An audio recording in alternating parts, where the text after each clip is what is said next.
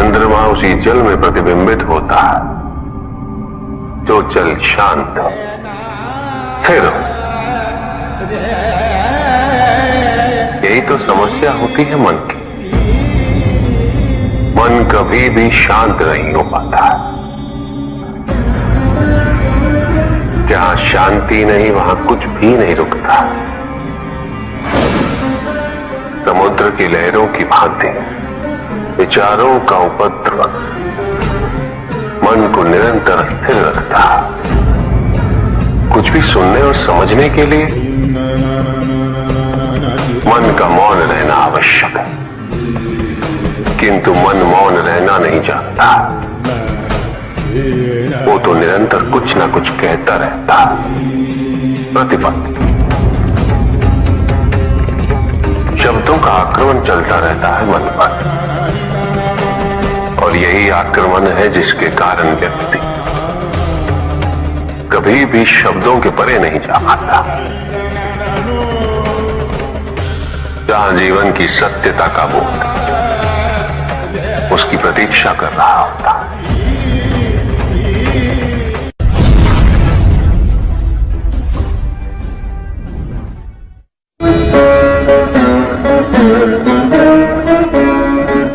मैं वो हूं जो नहीं है,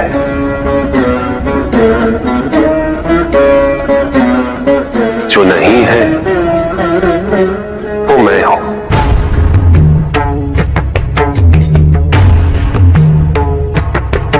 चिरकाल तक सभी को यह स्मरण रहे, जब आप में श्वास है तो मैं आप में हूं। देव देव महादेव शिवा, देव देव। और जिस क्षण आप में श्वास नहीं तब आप मुझ में हैं। देव शिवा, देव देव महादेव।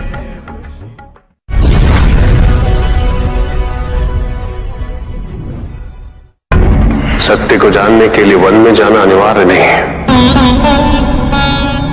अपने निजी, पारिवारिक और सामाजिक दायित्वों का परित्याग भी आवश्यक नहीं। सत्य तो सदैव हमारे साथ है, हमारे सामने है, किंतु हम स्वयं धीरे धीरे उस पर अपने क्रोध, अपने अहम, भय, विचार और महत्वाकांक्षाओं जैसे कई आवरण चढ़ा देते हैं। सत्य हमसे नहीं, हम स्वयं सत्य से दूर हो जाते हैं।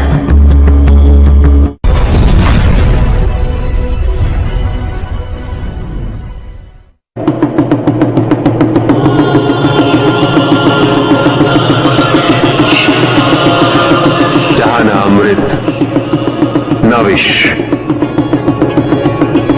न सुख, न दुख,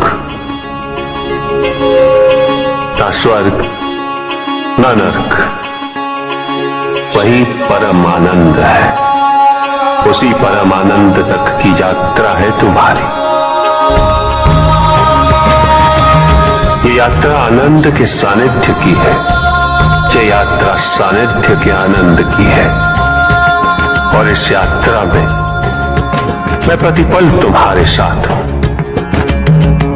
मुझे ढूंढो मत, केवल पहचानो, तुम ही मैं हूं, मैं ही तुम। हर आरंभ का मैं ही अंत हूं, और हर अंत सदैव मेरा ही आरंभ होगा। देव देव महादेव शिवा, देव देव महादेव शिवा। तुम्हारे साथ छल तुम्हारी अपनी इच्छाओं ने किया है, तुम्हारे हट ने किया है, तुम्हारी अपनी सोच ने किया है। ये रहस्य नहीं कि प्रत्येक आत्मा मुक्ति की इच्छुक होती है। जो मरता है वो है पंचभूतों से निर्मित शरीर।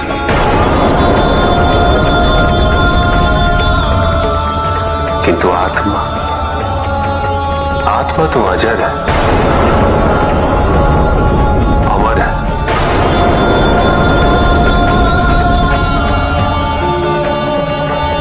जिसकी यात्रा मोक्ष पर संपूर्ण होगी।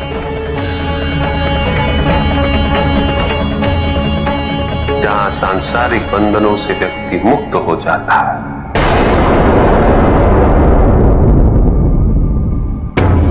सारी इच्छाएं लुप्त हो जाती। किंतु तुमने तो कभी सत्य की खोज ही नहीं की। तुम तो सदैव उन तत्वों को ढूंढते रहे जो तुम्हारे अहंकार के पोषण हेतु आवश्यक थे।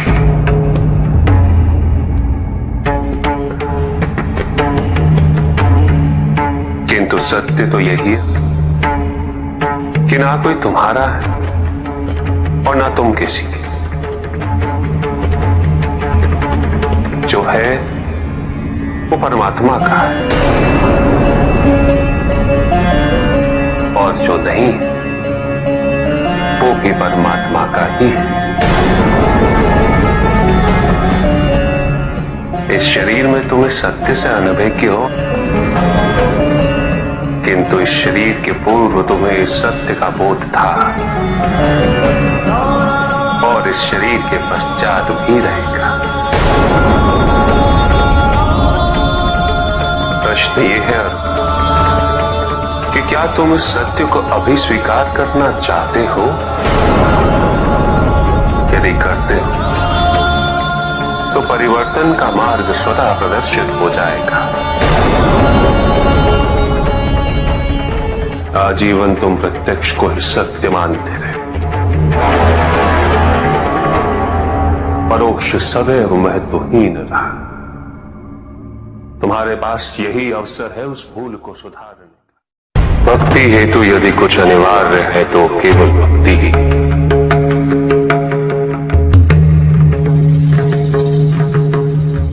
किंतु प्रश्न ये है कि क्या आपकी भक्ति संपूर्ण है? विश्वास और भ्रम के बीच की रेखा अत्यंत महीन होती है।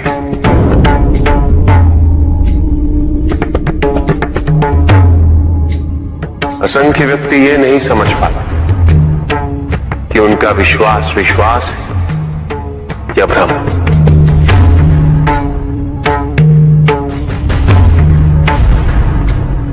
मुझ तक पहुंचने के लिए किसी और की आराधना अनिवार्य नहीं। मेरे सच्चे भक्त तो मुझे किसी भी रूप में पूज सकते, किसी भी रूप में प्राप्त कर सकते। ओम नमः शिवाय। पुरुष और प्रकृति एक है, वो कभी पृथक नहीं हो सकते। शक्ति शिव के बिना अधूरी है,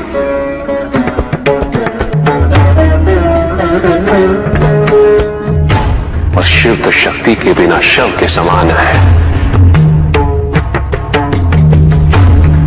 शिव शक्ति पुरुष प्रकृति का संतुलन सदैव अनर्थकारी सिद्ध होगा। शरीर में यदि स्त्री तत्वों की ऊर्जा नहीं तो शरीर निर्जीव है।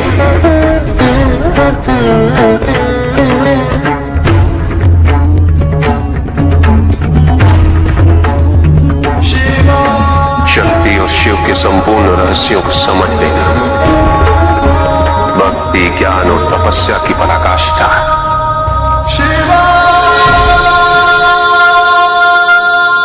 जब ज्ञान के लिए शब्द पर्याप्त बना, उदाहरण प्रस्तुत करना अनिवार्य हो जाता है। केवल आपके लिए ही नहीं, अपितु आपके माध्यम से समस्त संसार को शिव और शक्ति की संयुक्ता से पुनः अवगत कराना इस प्रसंग का उद्देश्य था, जो पूर्ण हुआ। महादेव महादेव।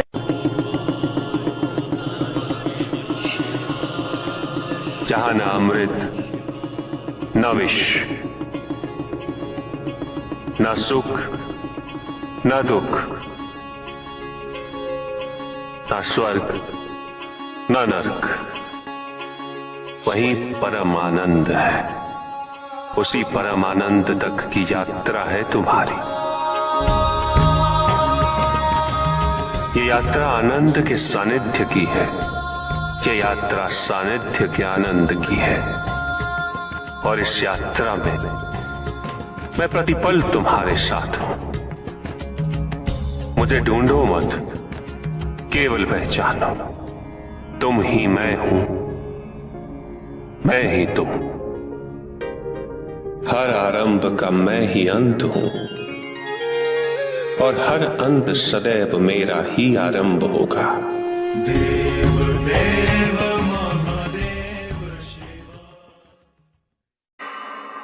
पंडित महोदय को अपने अंतिम उत्तर का तात्पर्य बताओ।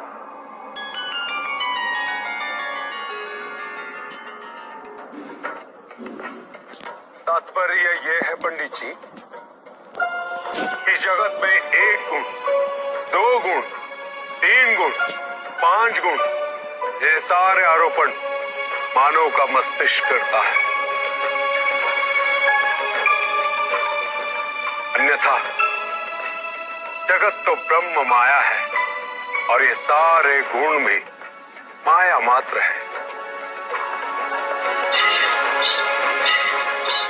सब कुछ निर्गुण है मेरे महादेव की भांति।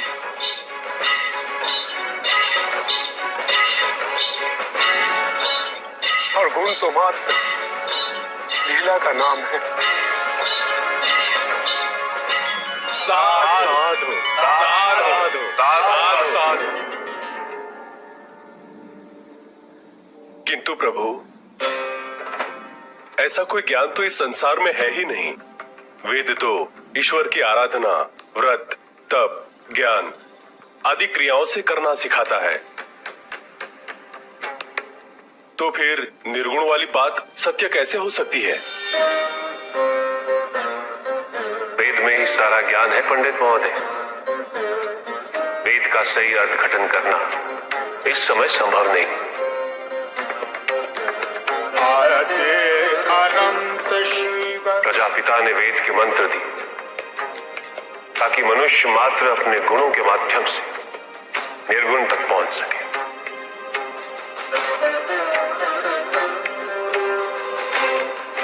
किंतु आप सब गुणों की मीमांसा में ही रुक गए।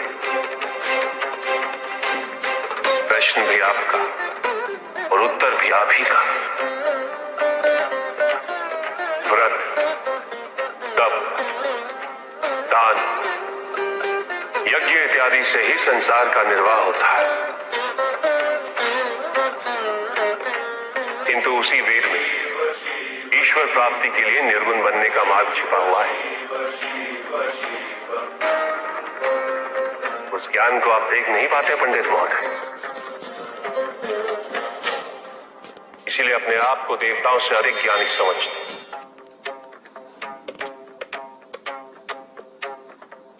पंडित महोदय, ज्ञान का भ्रम अज्ञानता का प्रथम लक्षण है। इस प्रकार भरे हुए पात्र में कुछ नहीं समाता, उसी प्रकार ज्ञान के अहंकार से भरे मन में